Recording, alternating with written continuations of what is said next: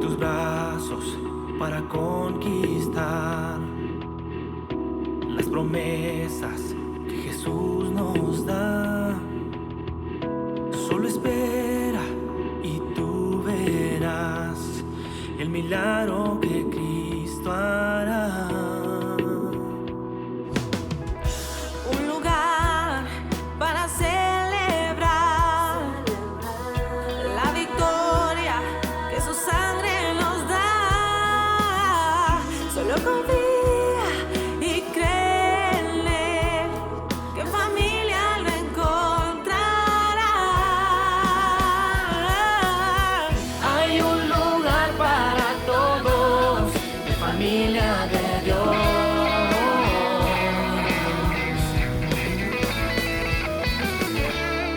En familia de Dios.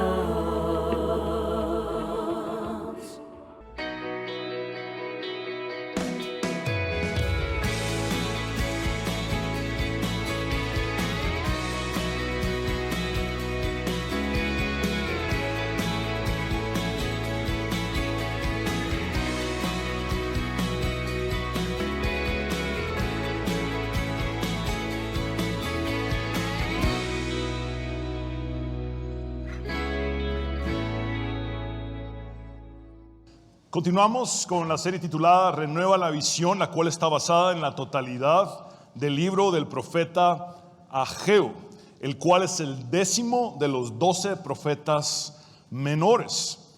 Por consiguiente, Ageo es el antepenúltimo libro del Antiguo Testamento, seguido de Zacarías, su contemporáneo, y Malaquías, respectivamente. Iniciemos recapitulando brevemente lo que hemos visto hasta ahora. Ageo ejerció su ministerio en la recta final del Antiguo Testamento. Solamente habría una generación posterior en la cual estaría integrado Malaquías. Los judaítas habían vuelto del cautiverio en Babilonia a la tierra que el Señor había prometido a sus antepasados y llevaban más de una década y media de haberse establecido de nuevo en Jerusalén y sus alrededores, es decir, en la región de Judá. Este grupo posexílico de judíos había sido castigado en el cautiverio por su idolatría. Por consiguiente, al volver del exilio, su prioridad fue restablecer la adoración auténtica al único Dios verdadero, Yahvé. A su retorno a Jerusalén, los judaítas iniciaron con gran entusiasmo y emocionalismo la reconstrucción del templo que llevaba 50 años de haber sido destruido por Nabucodonosor, rey de Babilonia. Los judaítas pusieron los cimientos del templo y edificaron un altar improvisado entre los escombros, pero luego la oposición y las amenazas externas, el desánimo, sus diferencias entre ellos y sus intereses personales egoístas los fueron conduciendo a desinteresarse cada vez más en la reconstrucción del templo. Cuando Ageo profetizó en el año 520 a.C., la tarea de reconstruir el templo llevaba 16 años de haber sido interrumpida y abandonada. El primer mensaje dado por Dios al profeta Ageo se encuentra en los versículos del 1 al 11 del capítulo 1 del libro y fue comunicado el 29 de agosto del año 520 antes de Cristo. En este primer mensaje, Dios denunció las excusas y los pretextos de los judaítas, quienes argumentaban que todavía no era el momento apropiado para ir a reconstruir la casa del Señor. Además, el Señor Todopoderoso evidenció que las prioridades de los judaítas estaban fuera de lugar, fuera de orden. Esto lo condensa y expresa perfectamente lo dicho por Dios en el capítulo 1, versículo 4. ¿Acaso es el momento apropiado para que ustedes residan en casas lujosas, mientras que esta casa, el templo, está en ruinas? Las casas de los judaítas estaban terminadas y hasta tenían acabados de madera de lujo, mientras que la casa del Señor estaba en ruinas, desierta, desolada. Vimos que lo más probable es que los judaítas utilizaron la madera que habían comprado y transportado desde el Líbano, una madera de cedro sumamente fina que Salomón había usado siglos atrás en la construcción del templo, ya no en la reconstrucción del templo, como era el plan original, sino en sus propias casas. Dicho de una manera más cruda, los judaítas robaron la madera que era para reconstruir el templo y la usaron en sus casas. ¿Cómo más iban a tener acceso a una madera de lujo o a tener casas de lujo si tenían problemas económicos? Dios condujo a los judaítas a determinar la realidad de su situación, mostrándoles que el balance final de sus vidas era, en una sola palabra, insatisfacción. Los judaítas tenían trabajo y recursos sin plenitud verdadera.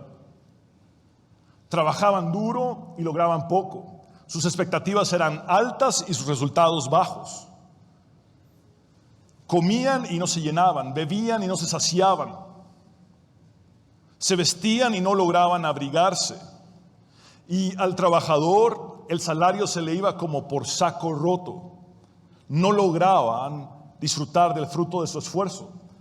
Dios los llamó a reflexionar sobre su proceder, esto es, a considerar sus caminos, lo cual implica un llamado a meditar sobre su estilo de vida retorcido y sus patrones de conducta egoístas que los habían llevado a postergar indefinidamente la reconstrucción del templo y a ocuparse únicamente de sus propios asuntos en un egocentrismo total.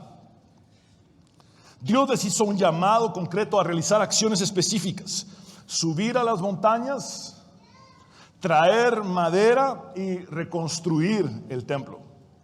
Los judaítas no debían quedarse en una estéril reflexión sin acción, sino que debían manifestar en sus vidas arrepentimiento en acción.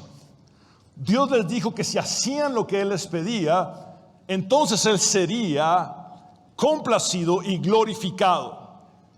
Finalmente, en el primer mensaje dado al profeta Ageo, Dios les reveló a los judaítas cuál era la realidad detrás de su situación. El problema no era una mala gestión económica, ni un fracaso en el método agrícola que habían utilizado, sino una intervención del Dios creador para corregir el estilo de vida de su pueblo. Dios les hizo saber que existía una conexión directa entre el fracaso de sus cosechas y su abandono del templo. Sus fallas espirituales habían desencadenado sus desgracias materiales. Todas las áreas de su vida estaban afectadas por su fracaso en su relación con Dios.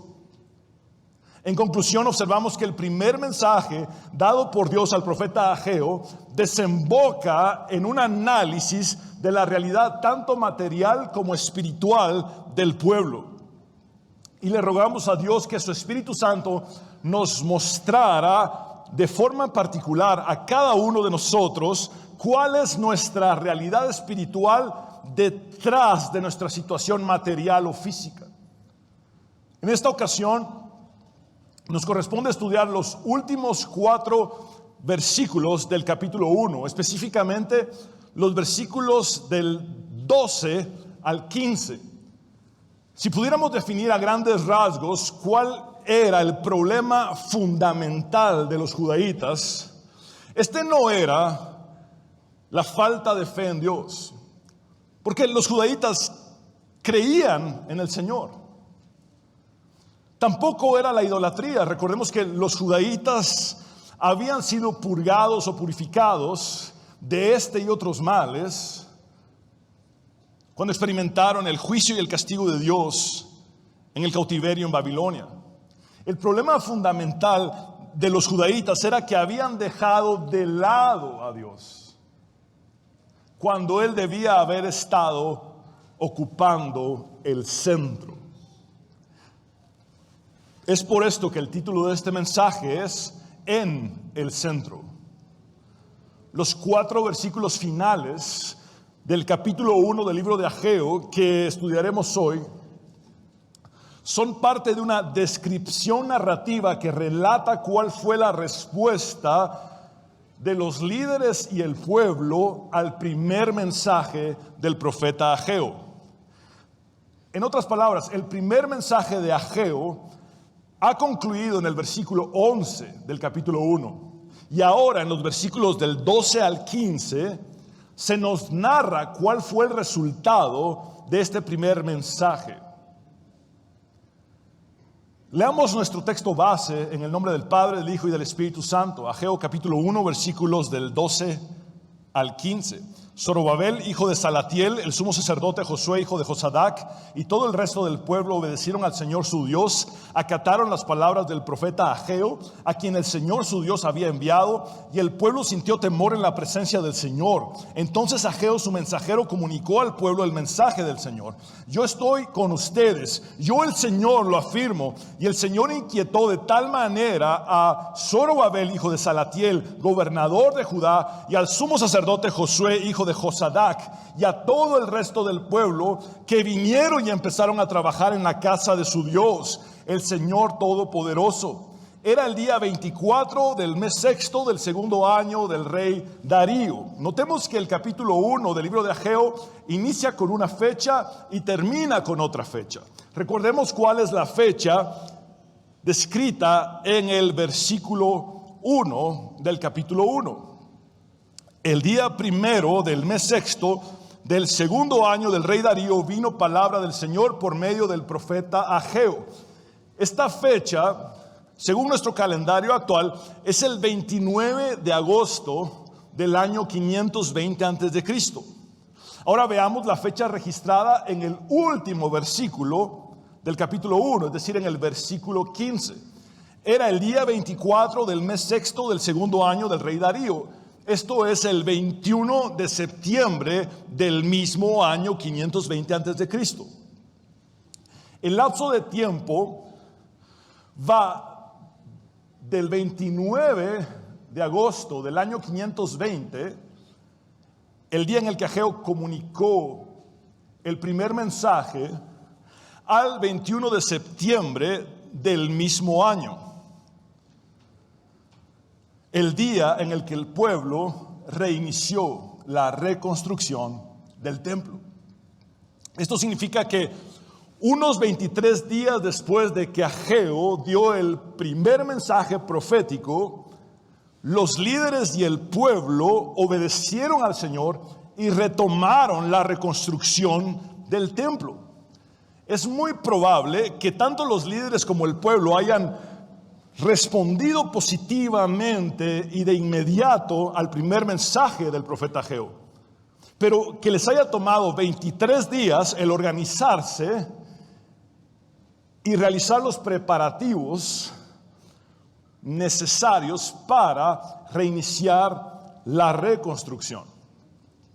Debo prevenirles que estaremos la mayor parte del tiempo de esta prédica en el punto número 1 y luego abarcaremos con mayor brevedad los puntos 2 y 3.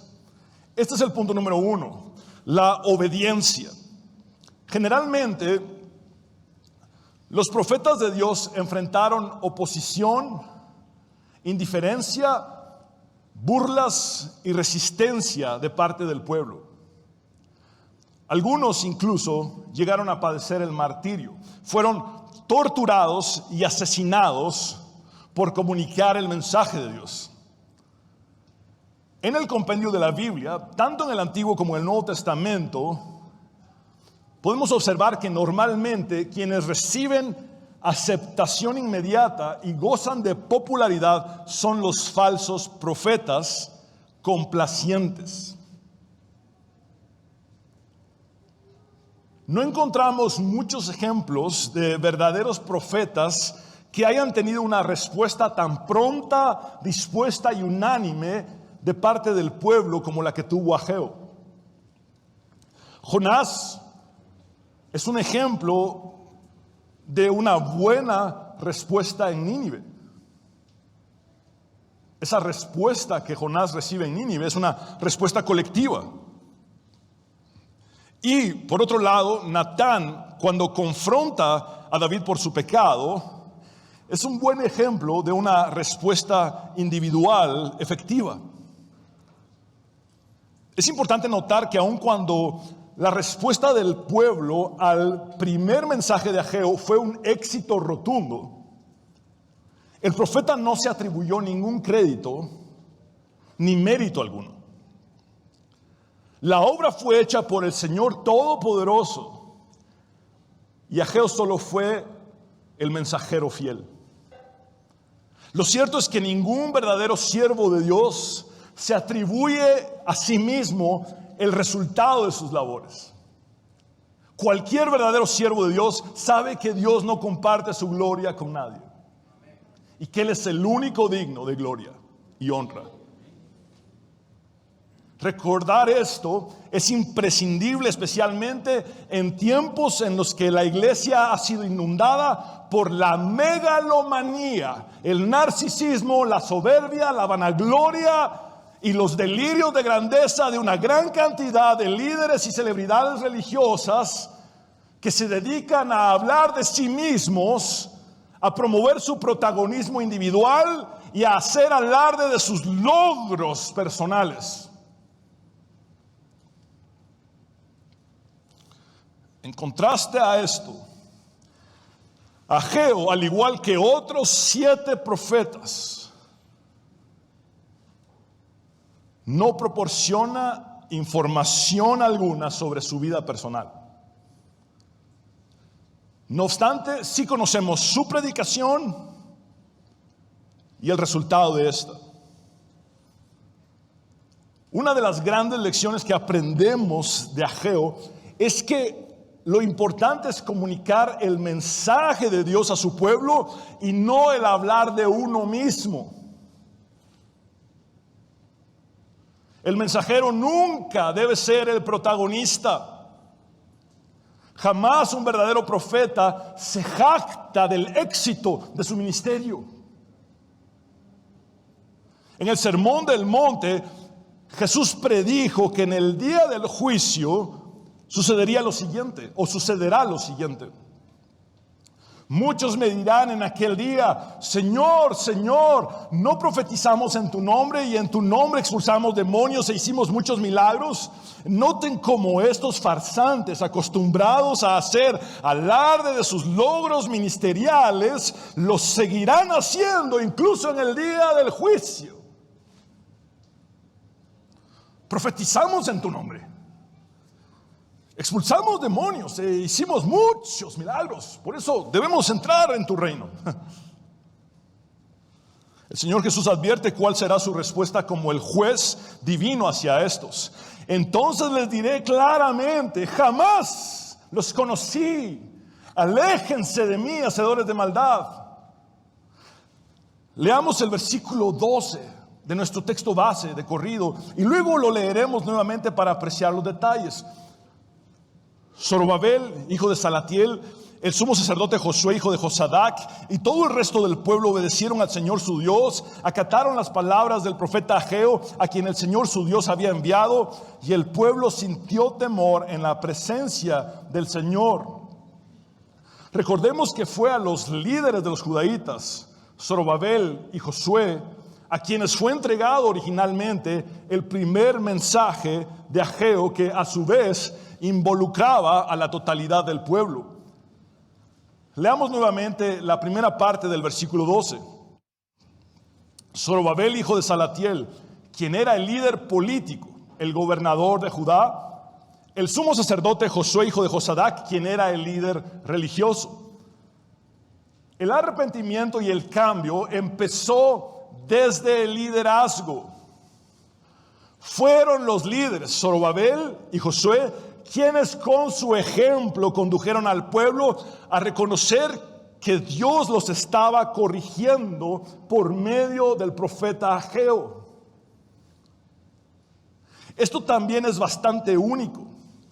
Los libros del Antiguo Testamento están repletos de ejemplos de reyes, jefes y líderes religiosos que rechazaron el mensaje de Dios dado a través de sus profetas. Unos 200 años antes de Ageo, Miqueas, el sexto de los 12 profetas menores, profetizó en el capítulo 3, versículos del 10 al 12 de su libro lo siguiente. Y esto nos brinda un panorama previo al exilio. Construyen Jerusalén sobre cimientos de crimen y corrupción. Ustedes, gobernantes, toman decisiones con base en sobornos. Ustedes, sacerdotes, enseñan las leyes de Dios solo por dinero. Ustedes, profetas, no profetizan a menos que se les pague.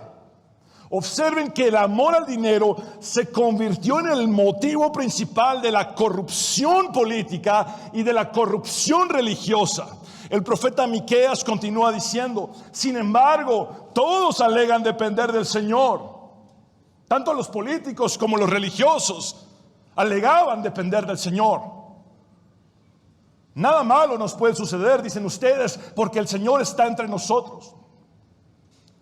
Por causa de ustedes, el monte Sión quedará arado como un campo abierto. Jerusalén será reducida a escombros. Un matorral crecerá en las cumbres donde ahora se encuentra el templo. Amados hermanos, ¿se dan cuenta de la exactitud y la precisión de la profecía bíblica?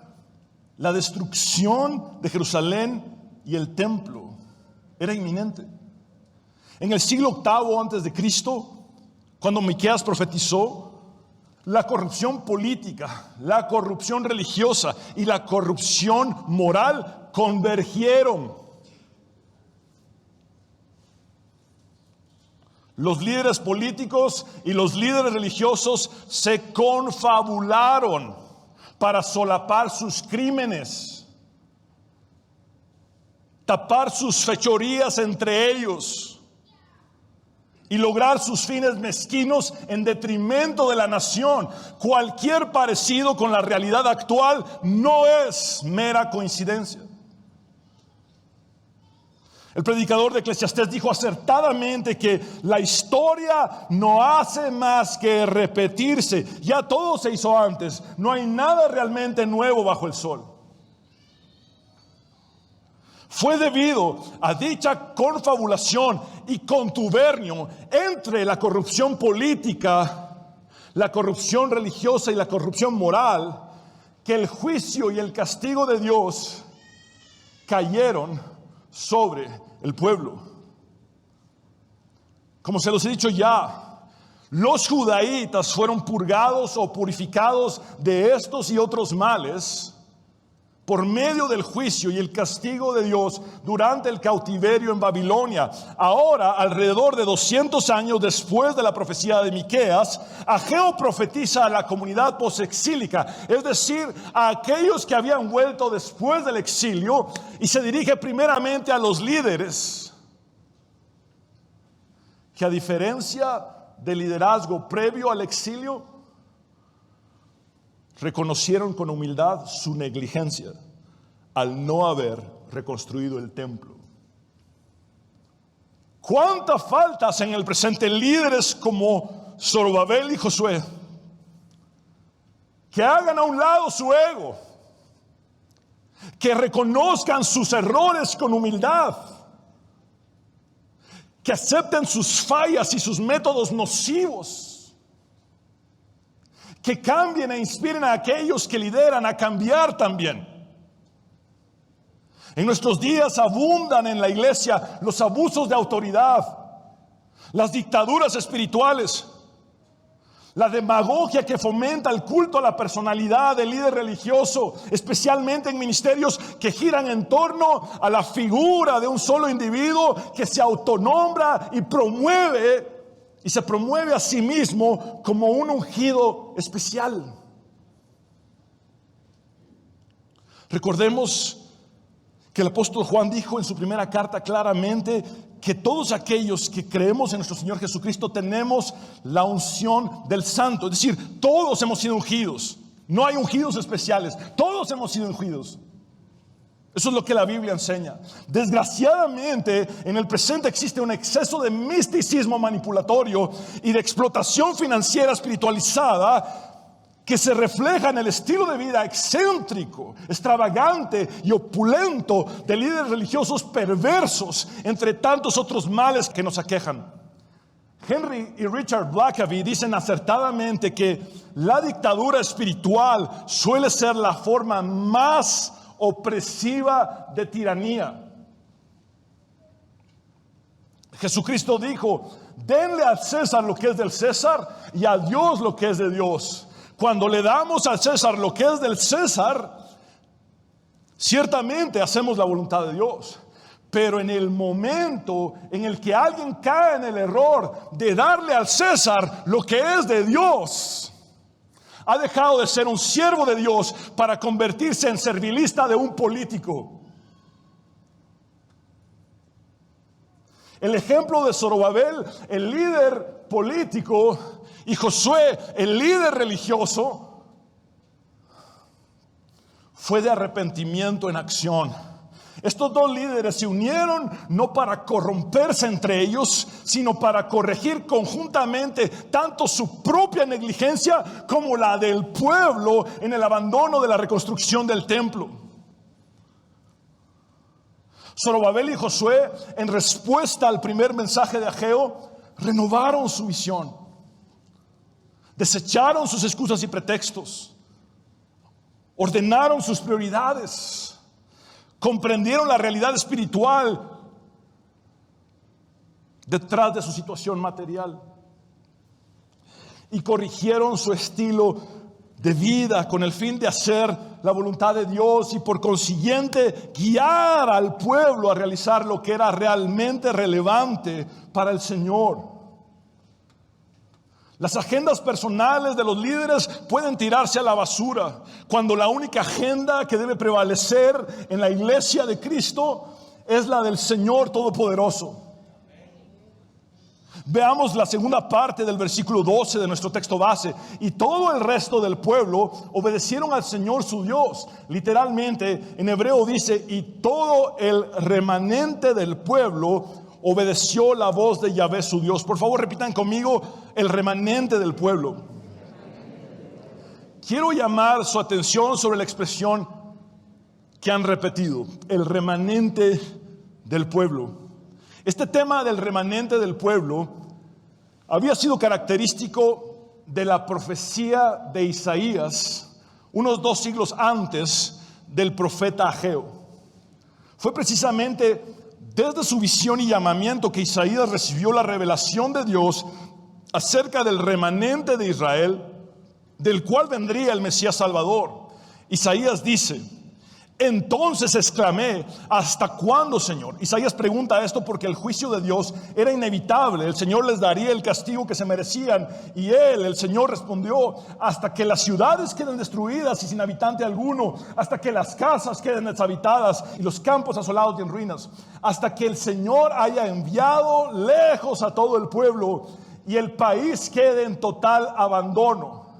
La destrucción y el exilio fungirían como los instrumentos del juicio y el castigo de Dios sobre su pueblo. Y si aún queda en la tierra una 10ª parte, esta volverá a ser devastada. Pero así como al talar la encina y el roble queda parte del tronco, esa parte es la simiente santa. Dios dice que después de toda la devastación que vendría, un pequeño grupo de personas sobreviviría.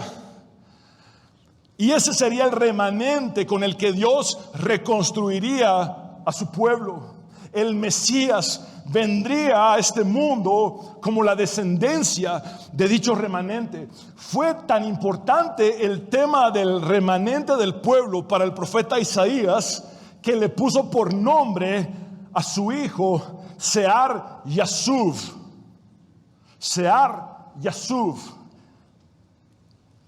que traducido es: un remanente volverá. Imagínense esto: Isaías viendo todos los días a su hijo y llamándolo un remanente volverá. Esto implica que el hijo de Isaías era un recordatorio viviente del mensaje que Dios le había encomendado al profeta. Después del juicio y el castigo de Dios sobre su pueblo, un remanente volvería. De hecho, el retorno del remanente se convirtió en un motivo importante de la predicación de Isaías.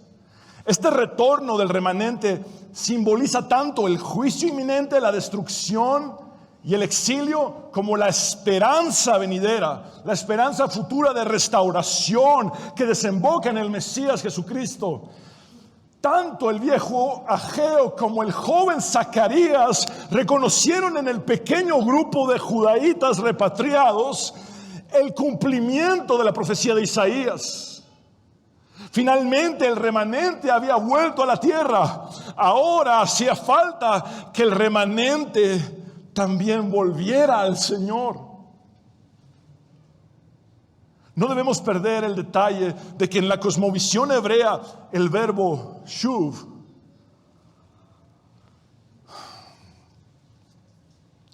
que se traduce como volver, también significa arrepentirse. Por lo que la expresión un remanente volverá también puede entenderse como un remanente se arrepentirá. Un remanente volverá al Señor. Más allá de volver a la tierra, necesitaban volver al Señor. La reconstrucción del templo involucraba también la reconstrucción del pueblo de Dios y de su relación con el Señor. Es sumamente significativo que Ageo usa la palabra remanente para referirse a los judaítas precisamente cuando estos respondieron con obediencia a la voz de Dios. El primer mensaje profético de Ageo inició con Dios diciendo: este pueblo. Vimos que estas palabras tienen un sentido peyorativo y que son una reprensión en sí mismas. Dios se refiere a ellos como este pueblo, no como mi pueblo, porque no se estaban comportando conforme a su voluntad divina. Sin embargo, ahora los judaítas han escuchado su voz y le han obedecido. Por lo tanto, Dios los llama el remanente del pueblo. Aquellos que obedecieron la palabra del Señor y actuaron conforme a esta se constituyeron como el remanente, el pueblo del pacto por medio del cual vendría el Mesías a salvar al mundo. Leamos la tercera parte del versículo 12. Tanto los líderes como el remanente del pueblo acataron las palabras del profeta Ageo, a quien el Señor su Dios había enviado.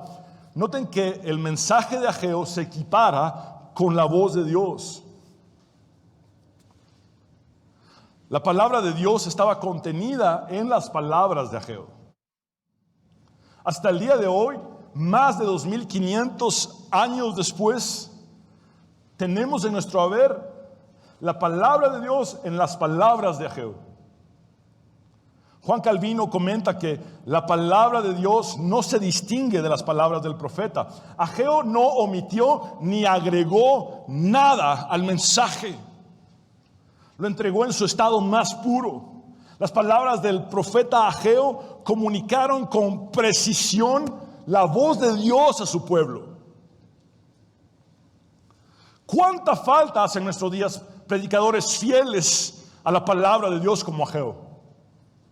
En efecto, Ageo comunicó la palabra de Dios, no sus especulaciones ni sus opiniones personales. Vivimos en tiempos en los que hay demasiadas especulaciones y opiniones personales y una carencia de la exposición fidedigna de la palabra de Dios. Por lo tanto, es urgente que, guiados por el Espíritu Santo, volvamos a la seguridad que solamente nos ofrece el texto bíblico. Tristemente, demasiadas personas viven con base en la profecía más insegura, lo que los seres humanos les dicen una y otra vez. Y muchos de estos seres humanos todo lo que hacen es complacerlos con clichés evangélicos de la buena fortuna que rascan su comezón de oír.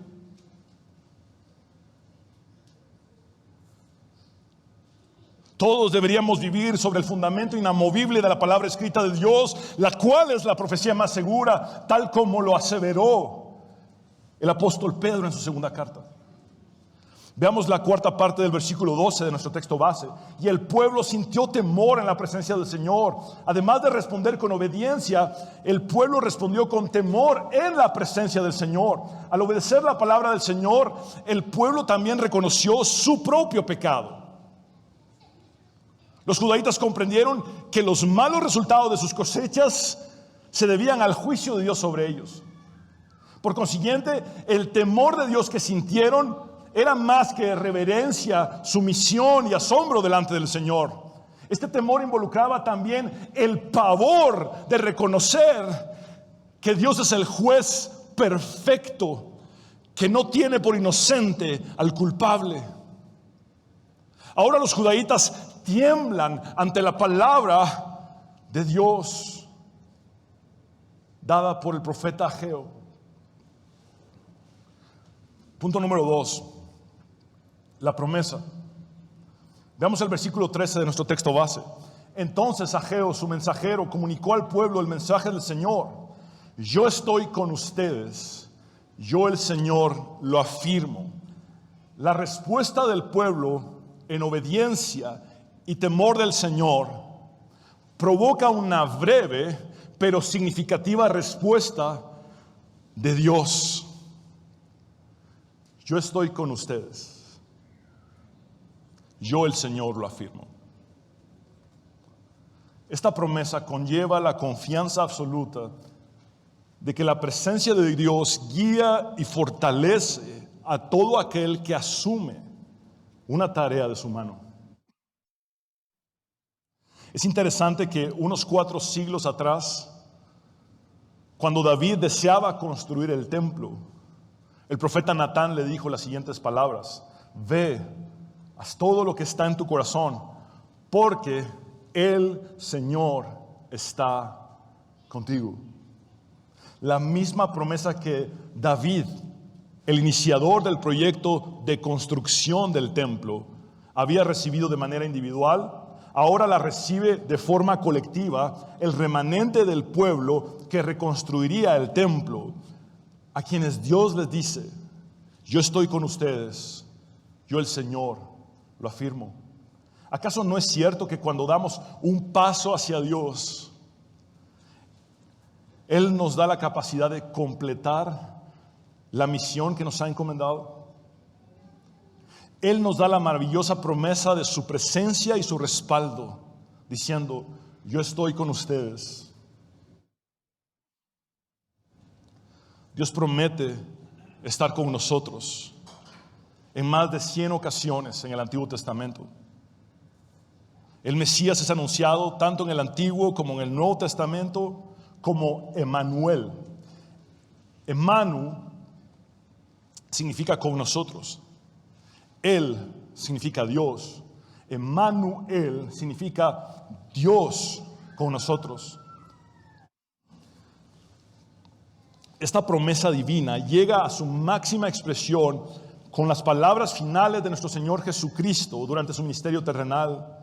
Y yo estaré con ustedes todos los días hasta el fin del mundo. ¿Acaso te sientes desconectado de Dios? Quizá percibes que Dios está distante de ti. Y te parece que una promesa como esta es para otros, pero no para ti. Esto puede deberse a que le has estado presentando excusas a Dios cuando lo que deberías hacer es confesarle tu pecado, arrepentirte, obedecerle y temerle.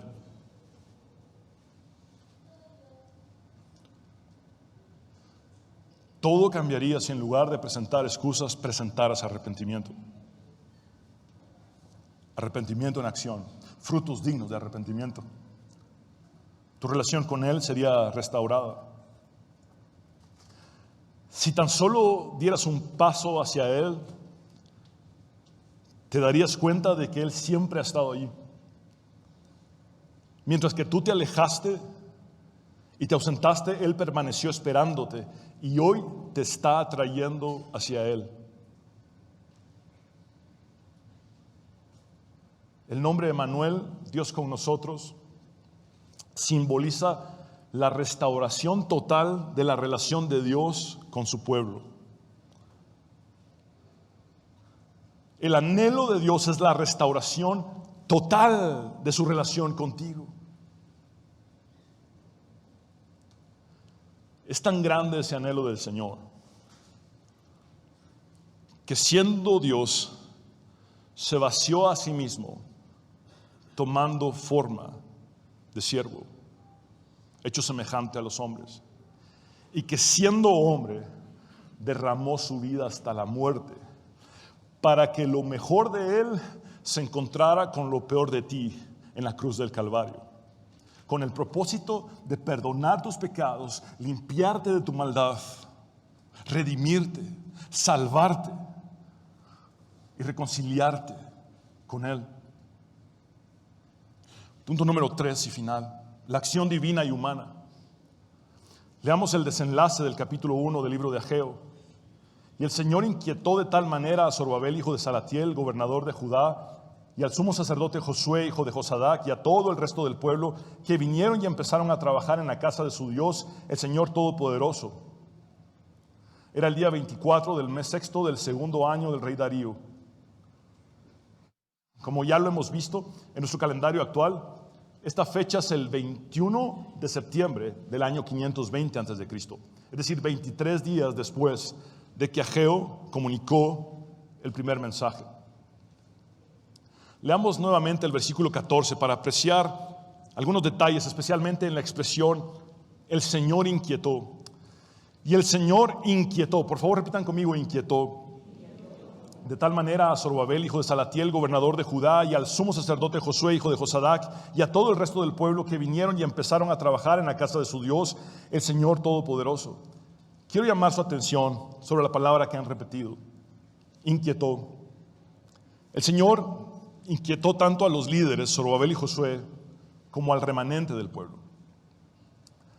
La palabra que la Nueva Versión Internacional traduce como inquietó, es decir, inquietar, es el verbo hebreo ur, el cual puede traducirse también como sacudir o despertar. En el texto hebreo, lo que fue inquietado, sacudido o despertado por Dios fue literalmente el espíritu de Zorobabel, el espíritu de Josué y el espíritu de cada uno de los judaítas que conformaban el remanente del pueblo. Veamos cómo traduce este versículo la versión de la Biblia de las Américas. Y despertó, este es el verbo ur, sacudió o inquietó, el Señor, noten esto, el espíritu de Zorobabel, hijo de Salatiel, gobernador de Judá, y el espíritu del sumo sacerdote Josué, hijo de Josadac, y el espíritu de todo el remanente del pueblo. Es decir, el Señor despertó o inquietó el espíritu de cada uno de los integrantes del remanente de su pueblo, y vinieron y comenzaron la obra en la casa del Señor de los ejércitos, su Dios. Cada uno, desde los líderes hasta el último de los judaítas del remanente del pueblo, fue inquietado, sacudido, despertado en su espíritu para hacer la voluntad de Dios. Las excusas y los pretextos se desvanecieron, las prioridades retorcidas desaparecieron para ser ordenadas conforme al deseo de Dios, corrigieron sus malos caminos y volvieron al Señor. Dios no estaba más a un lado, sino en el centro. ¿Está Dios despertando, sacudiendo, inquietando tu espíritu para que finalmente haga su voluntad? ¿Has hecho a un lado a Dios cuando sabes bien que Él debe estar en el centro de tu vida y tu existencia? Anota esta fecha en tu corazón. Porque ha llegado el punto de inflexión, el momento definitivo para tu vida. Hemos concluido la totalidad del primer capítulo del libro del profeta Ageo. Ciertamente este breve capítulo es uno de los más significativos de toda la Biblia para ilustrar el efecto de la palabra de Dios tanto en su entrega como en su recepción. ¿Qué harás con la palabra de Dios que has recibido hoy? Dios dice por medio del profeta Isaías en el capítulo 55, versículo 11: así es también la palabra que sale de mi boca, no volverá a mí vacía, sino que hará lo que yo deseo y cumplirá con mis propósitos. El despertar, la inquietud, la agitación que sientes hoy en tu espíritu es el deseo de Dios. Él anhela cumplir sus propósitos en ti y en los tuyos. Es precisamente aquí donde convergen la acción divina y la acción humana. Dios está actuando en tu espíritu, inquietándolo, despertándolo, sacudiéndolo, para que tú finalmente actúes de acuerdo con su voluntad divina y sus propósitos soberanos sean cumplidos. Quiero invitarte a orar. Señor, te damos gracias porque tu palabra es viva y eficaz y más cortante que toda espada de dos filos.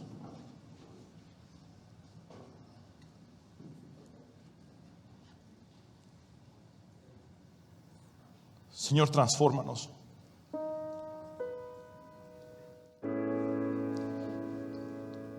Cámbianos.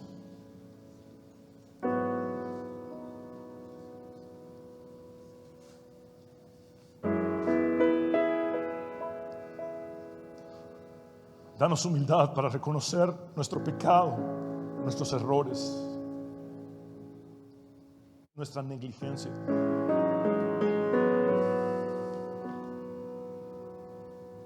Hoy dejamos de presentarte excusas y te presentamos arrepentimiento en acción, frutos dignos de arrepentimiento.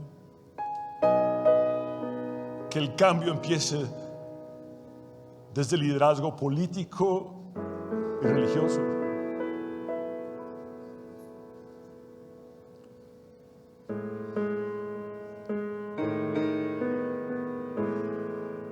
Y suceda así en todo el pueblo. Levanta profetas valientes. ¿Dónde están los profetas de hoy? ¿Están como servilistas?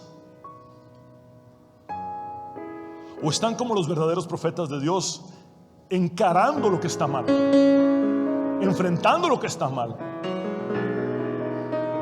con la valentía de saber que por sobre su propia vida está el mensaje que debe entregar?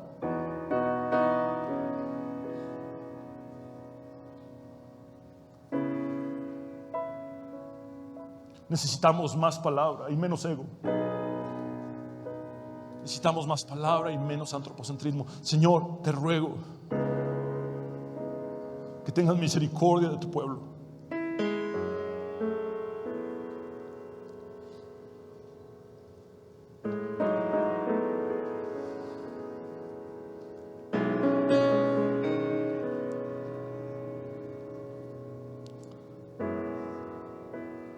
Hoy nos aferramos a tu promesa. Yo estoy con ustedes todos los días, hasta el fin del mundo. Amén. Hoy respondemos al despertar, a la agitación,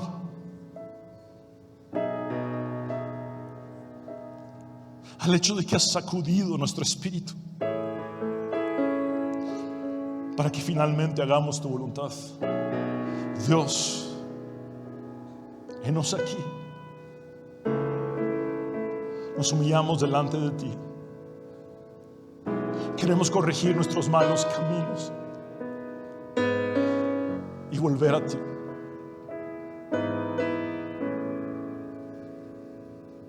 Quiero hablar contigo, hombre y mujer, que necesitas entregar tu vida a Cristo. Haz esta oración de fe conmigo y habla con Él como nunca antes lo has hecho. Dile: Señor Jesús, me arrepiento de mis pecados.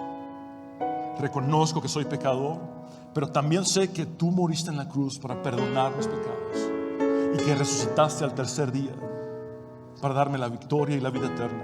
Sálvame, Jesús. Creo en ti. Sé mi Señor eternamente. En el nombre del Padre, del Hijo y del Espíritu Santo, oramos. En el único nombre bajo el cielo dado a los hombres en el cual podemos tener salvación. Tu nombre, Jesús. Amén y amén.